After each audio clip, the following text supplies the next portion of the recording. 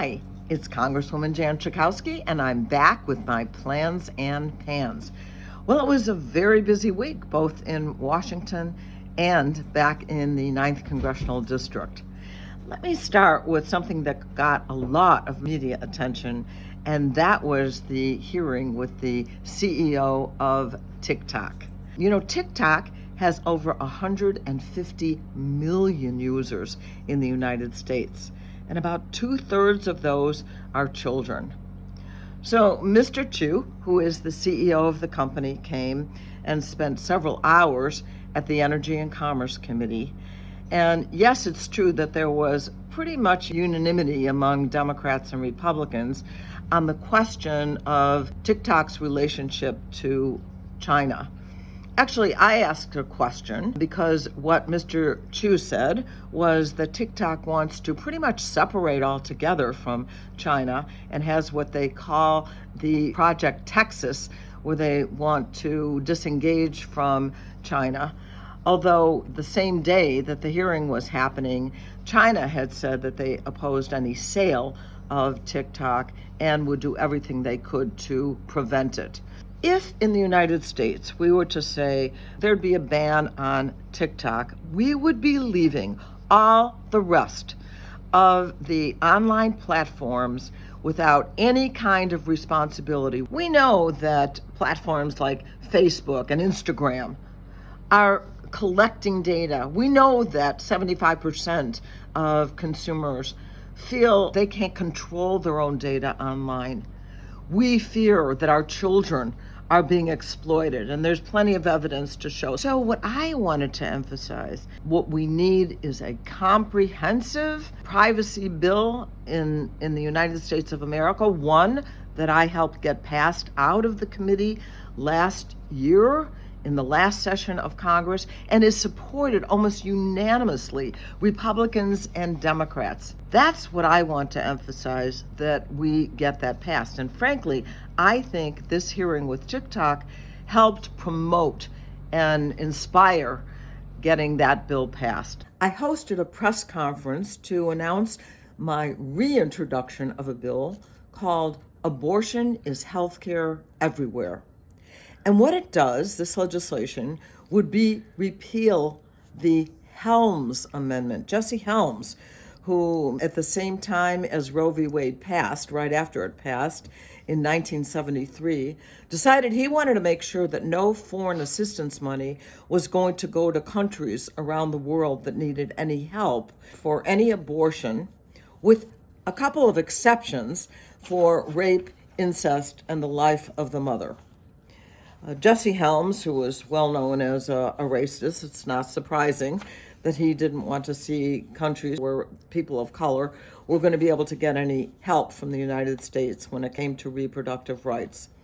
So at this press conference, we had Barbara Lee, who was an original co-sponsor with me, Diana Doggett, who's one of the co-chairs of the pro-choice caucus, Cory Booker from the Senate was a supporter, and there are now 148 co-sponsors, Democrats, in the House of Representatives to get this legislation passed. We know from the Guttmacher Institute, one of the organizations that has done the most research on abortion, is that there are millions of women suffering, about 20 million women around the world who have dangerous consequences of abortion, about 75,000 who die every year because of lack of access to abortions. And so it is time that we change that we stand with women not just at home to protect abortion rights, to protect healthcare rights,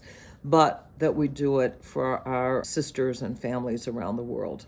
As many of you know, I've been really interested in making sure that we keep quality in nursing homes. I had a press conference dealing with the issue of care in nursing homes. Just over 1 year ago, President Biden called on the Center for Medicare and Medicaid Services, that's called CMS, to do a study of safe standards of the number of nurses that have to be in nursing homes. We know in hospitals and in nursing homes that often the nurses, the workers are having too many patients to take care of and are not being able to give them the quality care and the time that they need. Well, that year is up, and now I've joined with the Service Employees International Union. They represent a lot of the people who work in nursing homes, long hours, mostly women of color, not paid enough and have too many patients, to finally get a final determination on the numbers of staff that are going to be required in nursing homes. So at this press conference, we were saying basically to CMS, get to work. We want those standards and we need them. Families across the country are very concerned about sending their loved ones or for a senior themselves to have to go into a nursing home. 200,000 people in nursing homes died during the pandemic. So we know that we have to improve the quality in nursing homes. And who are the opponents of making that happen? Well, we are seeing more and more for-profit companies that are making money hand over fist in nursing homes. They say they can't afford to hire more people, and they say that they can't find them. Well, if they would pay them adequately, and we know the kinds of profits that are being made. Private equity has gone into it because it's very, very profitable.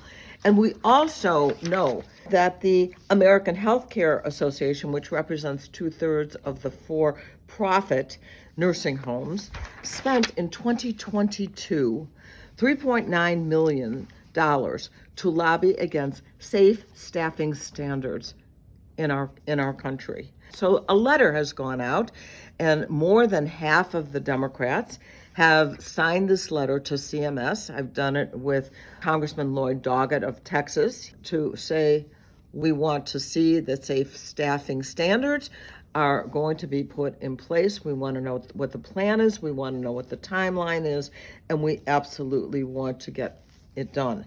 At the press conference with SEIU, one of the workers, her name is Janice, talked about how she worked 16 hours a day, 6 days a week at a nursing home, definitely not sufficiently paid. And she said to her colleagues, these nursing home workers, that this is about our lives, it is about our health, it is about our families as well. It is those same issues for our patients in the nursing homes. One of the really fun things I was able to do last week in my district is go to the Cole Children Museum. I want to tell you, if you are a parent of younger children, you definitely want to go there. It is an amazing place. All kinds of activities that are just for fun and dancing, but also for kids to participate in all kinds of wonderful activities on their own, develop their own internal resources, and have an amazing day. I really urge you to go there. Also, I had a press conference with George Van Dusen, who is the mayor of Skokie, and announced one of the community project grants that I was able to bring to the district that amounted to $2 million to address the problem of lead service lines. In Illinois, we have one of the biggest problems with these lead service lines. Lead, as you know, is a toxin that can, for life, particularly affect our children, and we have to get it out of the water supply. And I was so happy to be able to announce that grant. And we know that this funding will be able to facilitate in the replacement of hundreds, really, of these service lines in Skokie. Last cycle, I was able to bring to the district, to the 9th Congressional District, over $26 million in different kinds of projects throughout the 9th Congressional District that really helps communities. This is one of them that's very important. I also wanted to mention that this is the 13th anniversary of the Affordable Care Act in this country. There was a real struggle through the Obama administration to finally make that happen, and millions of Americans have been able to get access to more affordable health care. There are fewer people who are uninsured altogether in our country, and we have been able to keep it up, and actually in the last session of Congress make sure that we even lowered the cost through the Affordable Care Act. I am fortunate that I was on the committee at the time that was able to help write the Affordable Care Act, and thanks to President Obama at the time and to Nancy Pelosi and getting it through. We have a lot of work to do still to make health care much more affordable, and we're working on it. Things like bringing down the cost of prescription drugs. We are on our way, but we have to do a lot more to get there. To the over 1.5 billion Muslims around the world, and to the many individuals and families in my congressional district, I say Ramadan Mubarak. I want to wish you and your family the joy, the peace, and the love of Ramadan. Thank you for watching my video. Make sure you subscribe to my YouTube channel and follow me on Instagram, Twitter, and Facebook, where my handle is @Jan Schakowsky.